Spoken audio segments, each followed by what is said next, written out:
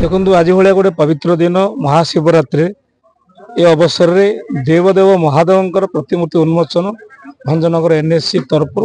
नगरपाल उद्यम आज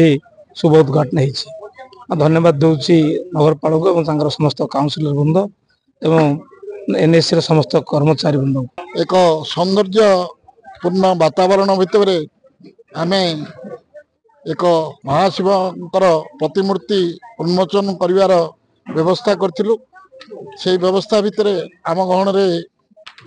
आमर स्थानीय विधायक पहुंची आमको उत्साहित करथिले एवं एठारे समस्त 15 नंबर वार्ड भाई भौणी मौसा मौसी एवं 15टा जा वार्ड कोण अनुकोण आसी उपस्थित रही ए कार्य को संपादन करछु। निश्चित भाव यह भंजनगर प्रति एक जो पाखरे नदी ठू आरंभ करी श्मशान अच्छी से पाखरे महादेवंकर एक प्रतिमूर्ति रहिबा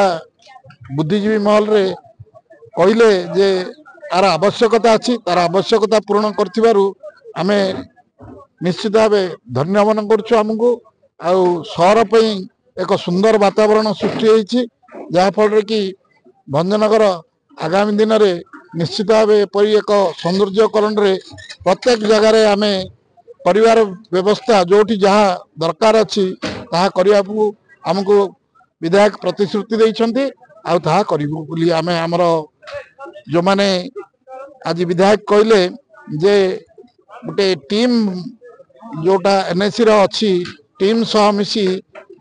टीम वर्क करियार व्यवस्था सी करिसन्ति ताकु निश्चित भाव करिया को आमे आज प्रतिश्रुति लोक माननकु देइछु एवं ताहा पालन करिबु। बेक पिठी अंटा आंठू आदि समस्त दरजर एकमात्र तैल